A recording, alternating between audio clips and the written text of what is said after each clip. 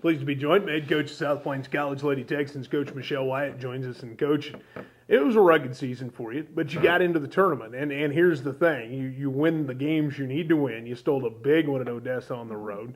And quite frankly, there's the end result. You're in the tournament, and you're not one of those teams that are going to be sitting at home on their couches watching this thing go down here in March. Exactly. You know, it has been. We played a really tough non-conference schedule. You know, I think we played 5 or 6 ranked teams, and we were young and had some different injuries to some key players, and so it was a rough non-conference. But I think our kids just continued to work hard. They bought into what we were trying to get them to do, and we kept telling them it's a whole new season, and if we'll just continue to get better, that we can win games and we can get ourselves there. And so they did. I think it's definitely a credit to them, the kind of people that they are, the work ethic that they have, and I'm really proud of them for turning things around. You talked about being young. This team seems to me like they're older now. If even from the first game I saw you play in December till now, this team looks to me like it's an older basketball team. No question. It's one of the most improved teams that I've ever had. And, you know, we've just got kids that's not even the same. We've gone back and watched some video from November just trying to scout, and we're a whole different group. And every day we go out, we're just continuing to get better. And that's the idea. I mean, that's what you expect them to do. And like I said, it was just a rough start, but they stayed with it.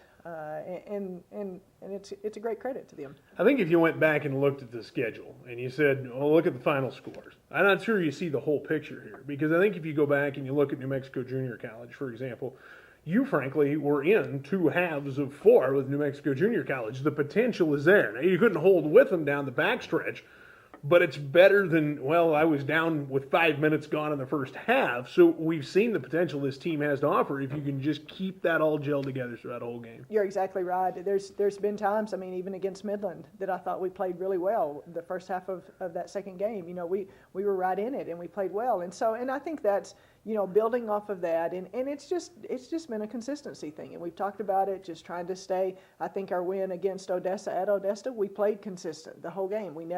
They never went on these long runs and scored on us, and that's where we've lost to the Midlands and the New Mexicos, because they would get a stretch out from us and we couldn't quite get them.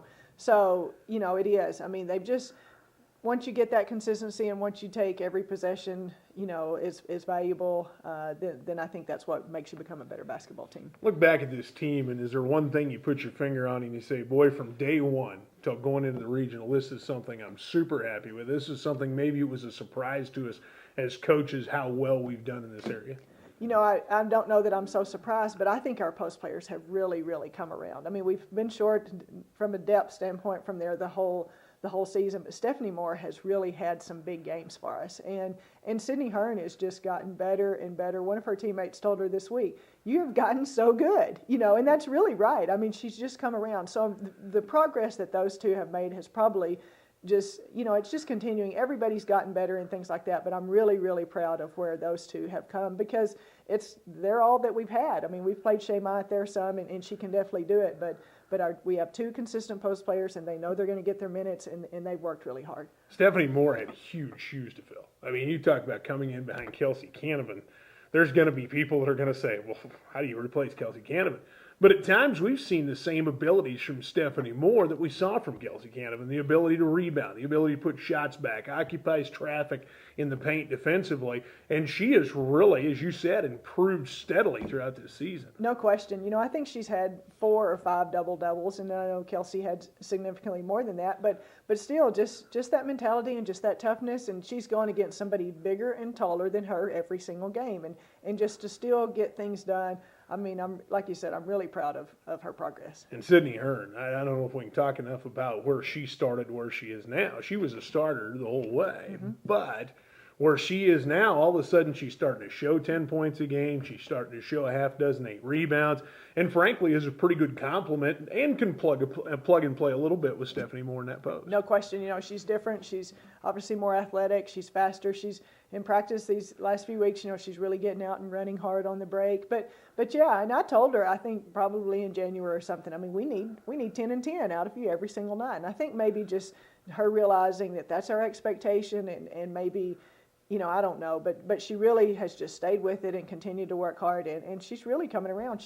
That's who we thought we were recruiting. Ashley Roberts, you can't talk enough about Ashley Roberts. Here's a young lady who leads the conference in scoring. She's a threat no matter how she plays the game. And there seemed like there was a couple of games in there where teams kind of figured her out a little bit, but it seemed to me like it got retooled again, and now all of a sudden she's great off the dribble. She can still shoot the three. She's pretty good from the free throw line. I'm not sure there's a more complete player, at least in the conference that I've seen, than Ashley Roberts. No, there's no question, and she's been our leader and our go-to player all season long, and I think these other kids' development has just helped her because, we've seen the boxing ones, and we've seen just the complete denial of her, and she's still just stayed with it and been pretty consistent. I mean, she's had a couple games that she didn't score that much, but for the most part, she's consistently got her 15 to 20 points, and we definitely rely on her. But yeah, I mean, she can do so much. I mean, she can shoot the three, she can take them off the dribble, and does a great job of getting herself to the free throw line. So she's been a huge part of our success. And Matthews kind of throws a big wrinkle into that. Before, Roberts did a lot of the ball management, and point guards typically aren't going to go out and score 20 or 25 a game.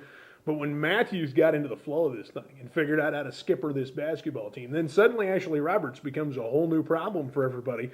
So I think a lot of that's got to fall back on her and her ability to handle the basketball. There's no question. And she's, she plays, she knows her strengths and she knows her weaknesses, and she's really gotten to where handling the ball better. I mean, she's not even looking to score. If she's wide open, she can knock it down.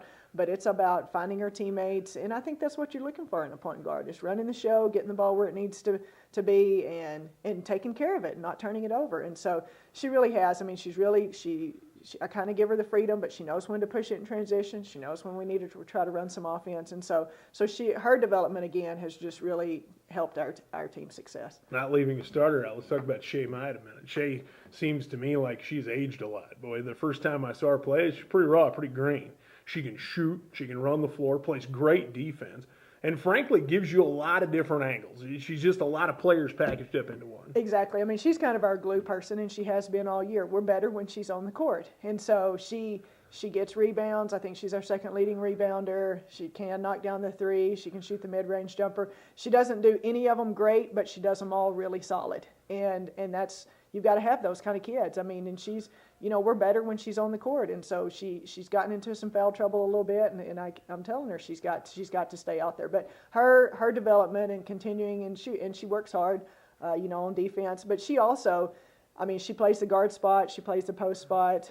She's a very intelligent kid, good basketball IQ, and so however we sub, she just goes and fills the open spot where she knows she needs to be. And not a lot of kids can do that. She can run offense from all four of the positions. She just doesn't play point guard. So, that's quite a credit to her.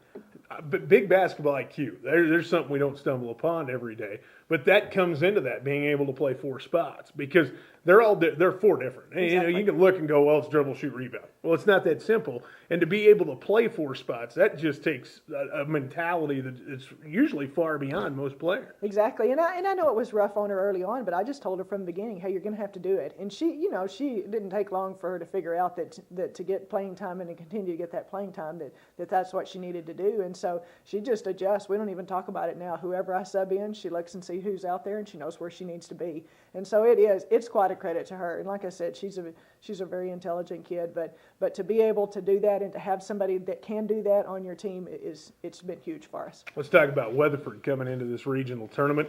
You got a tall task on your hands with Weatherford. What are some of your concerns, and what are some of the things you focus on as a team going into this district or this regional tournament? They're not huge. They're 6'2", 6'1", 6 foot. They have more 6-footers than we do, obviously.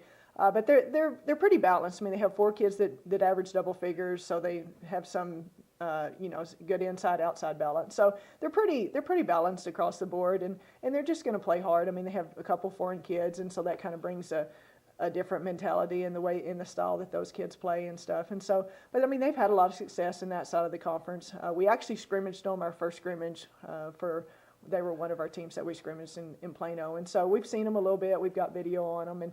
And hey, we all know the tournament, anything can happen. And so it's just kind of who's coming in hot, and we're just getting ready for practice and working hard in practice, and we'll see what happens. I think we talked about first season, with the preseason non-conference games, and you talk about a new season with the conference. And I think this comes down to the same thing. It really becomes a new season. It becomes a new set of issues.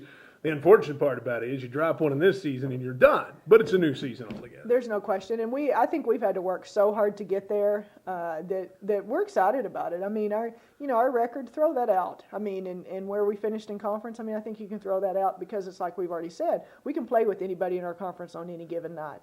And we've had some consistency issues, and so I think this tournament we're going with that same mentality.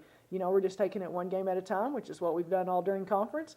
Take it one game at a time and just try to be our best for 40 minutes and see what happens. All right, Coach. Sam is out of time for this one. Final thoughts for us before we get ready to go to the floor and take on Weatherford. No, I appreciate all your support all season and putting us on the radio and things like that. We've had great crowds, and hopefully that with the regional tournament being over in Lubbock, that we'll continue to have local support, and we're excited. All right, Coach. Appreciate your time as always. Good luck to yourself and Lady Texan. See you after the ballgame. All right, thank you.